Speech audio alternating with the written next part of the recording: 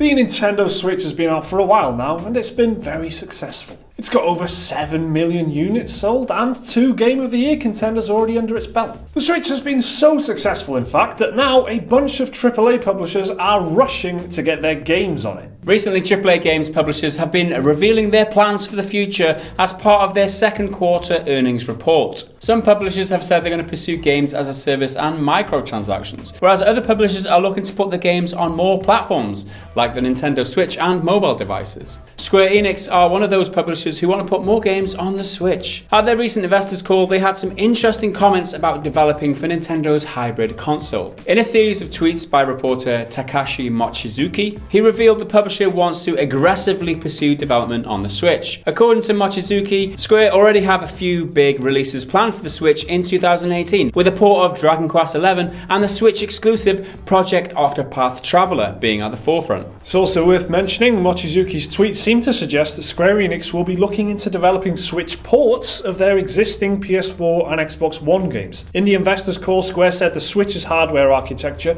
is similar to the PS4 and Xbox One, so it would take minimal work to port existing games onto the Switch. In the past, Square has said it was looking into porting Final Fantasy 15 to the Switch, which apparently would be difficult but not impossible. Square also said the Switch is the ideal platform for mid-range games, which the company thinks it's good at making. In the investors call, Square also suggested it would be interested in reviving old IPs, creating new IPs, and expanding the existing library, all for the Nintendo Switch. So I think this is one of the reasons why the Switch has been taken up by all these publishers and developers, is that the architecture is so easy to port existing games onto the Switch, and that's to its credit. You see all these games popping up now. You've got Skyrim coming up. LA Noire is another recent AAA game. Well, it's quite old now, but still, you know, it's coming to the Switch, like AAA games on the Switch, and that's why they're here. Now Square Enix are coming out now and saying that they're going to bring loads more games to the Switch, and hallelujah, if you own a Switch, it's great news. This is exactly what Nintendo needed. Well, they didn't have the Nintendo Wii U. This is exactly the kind of thing that you want in your first year. Lots of sales, at least one kind of proper Game of the Year contender game, something that really stands out. Well, they got 2 of them, so they're laughing in that department.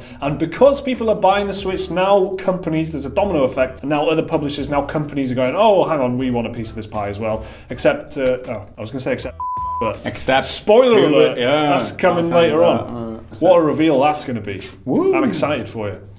But Square Enix aren't the only publisher who have decided to go all in on the Switch. Both Capcom and Bandai Namco also said they have big plans for the Switch, and they both want to pursue development on it. Bandai Namco announced it would be ramping up support for the Switch in the next year, and it even has 3 unannounced exclusives due to launch in 2018. CEO Mitsuaki Taguchi said at Bandai Namco's investors briefing, every title the company has released on the Switch so far has performed very well. Taguchi also thought the company should have embraced the Switch sooner, and he said, quote, "It's a shame, but we didn't think the Switch would be accepted this fast." Capcom has had nothing but praise for Nintendo's hybrid machines so far, and the company reported an increase in sales of 17.5%, which it credits to the strong performance of Monster Hunter XX, which is a Japan-only Switch exclusive title. The publisher also reported that Ultra Street Fighter 2 The Final Challengers was a smash hit on the Switch, shifting over 450,000 units worldwide, despite being a port of a 26-year-old game sold at full AAA price. However, not every publisher has been so supportive of the Switch. EA recently said they are not ready to commit more development resources to the Switch, and they are taking a wait-and-see approach. EA's Chief Financial Officer Blake Jorgensen told the Wall Street Journal that they're going to wait until the Switch has been on the market for a full year. Jorgensen said EA want to, quote, fully understand what the demand is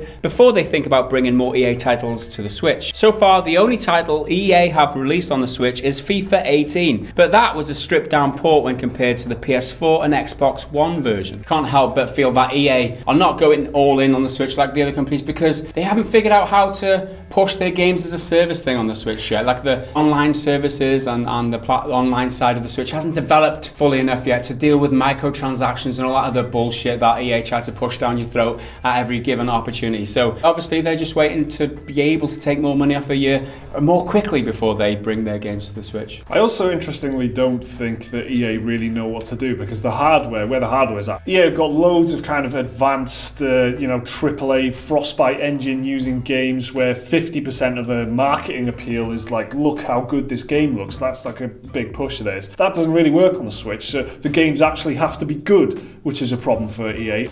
Damn! And also the other side of their business model is like free-to-play mobile Simpsons tapped out shite on mobile devices, and they haven't really got that middle ground there. They've got a few exceptions like Plants vs Zombies 2 and that sort of thing, I guess, but that's not like their core business. So they've got to really figure out how to make use of the Switch hardware, which is not going to be the right place for something like Battlefield 1, Star Wars Battlefront 2 and all that. But they don't want to put crappy mobile games on there either. They need to find something that they can put on there that makes sense. I think that's their big problem. I just think they haven't got a proper good scope and range of games. They've just got two extremes. They've got really advanced AAA games and just bollocks mobile games and nothing in between. In a recent video we discussed about Ubisoft and how they've adopted the Switch from a very early stage. Like they've got the Mario and Rabbids Kingdoms Battle, that the Egamo on stage with what's his name, Samura Kamuki. Matshahachi. He's the biggest name. Nintendo, the biggest. Like Andrew Wilson, I'll remember that, but nope. Gary Miyamoto. We all remember that magical moment on stage at E3 where Egamo and Miyamoto were back to back with their guns. We all remember that. Very cheesy, but nice moment. That's Ubisoft, trying to take on board the Switch and trying to push their games. And who knows, like Assassin's Creed Origins on the Switch. I mean, it's doable. Maybe a stripped down version of it, but I'd probably pick it up. I think what they'll do is make more Mario Rabbids type stuff, and they'll make more like special, games for the Switch, games that work handheld. The Switch cannot run something like Assassin's Creed Origins as it is. So if you pared that back, even like by a third, and took gameplay mechanics out and dialed the graphics down and stuff, you basically lose most of the appeal of that game, which is the spectacle of exploring ancient Egypt. Like, it doesn't quite work. And if you look at something like Breath of the Wild, that's got a certain art style and a visual style. It works fine on the Switch because it's not too demanding. It's quite like pastel-y and deliberately pared down. That would just make Assassin's Creed Origins a worse game, I think, if they did that. So they've got to come up with original games, I think. And this is why the partnership with Ubisoft is great for Nintendo, because they need those third-party developers on board, which they didn't have last generation. They've definitely got them on board now. There's going to be loads of games coming on the Switch soon. You can bet your bottom dollar, say it, Mike, hat on it. We've mentioned Skyrim, Bethesda. Let's just hope and pray that they decide to bring Fallout New Vegas onto the Switch, because that would be a smash hit. They could do that, right? It's an old enough game that it would run beautifully. Please bring New Vegas. I would be happy forever, probably. At least a week. At least a week. Good enough reason. A week or two. Talking of going all in on something, which is something you do in poker, it's gambling. Let's take a gamble and check out what you've been leaving on our comments this week. Does that work?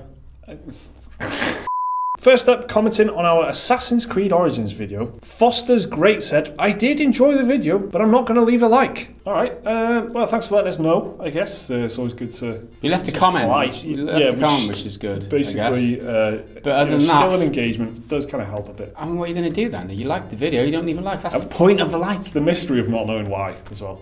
Yeah. Why?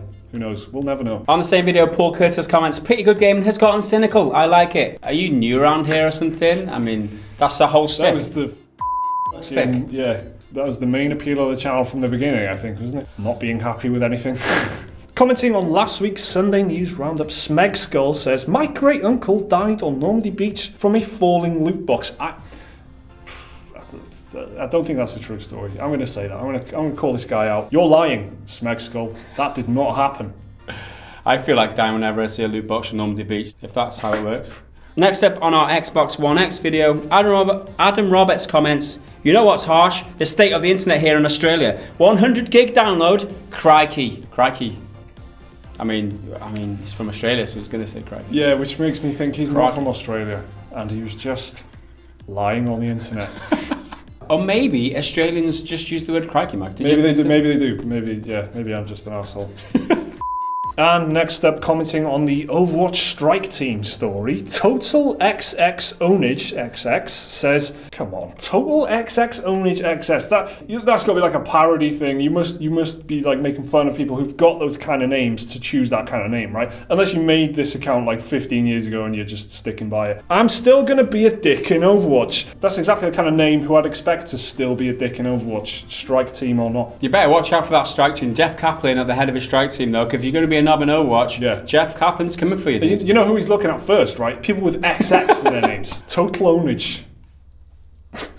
We were all young once, Mike. He's got to be taking a piss, though. Total Ownage. The name Total Ownage and XX in it. That's the double whammy. You've been away for a while, Mike. We've missed you.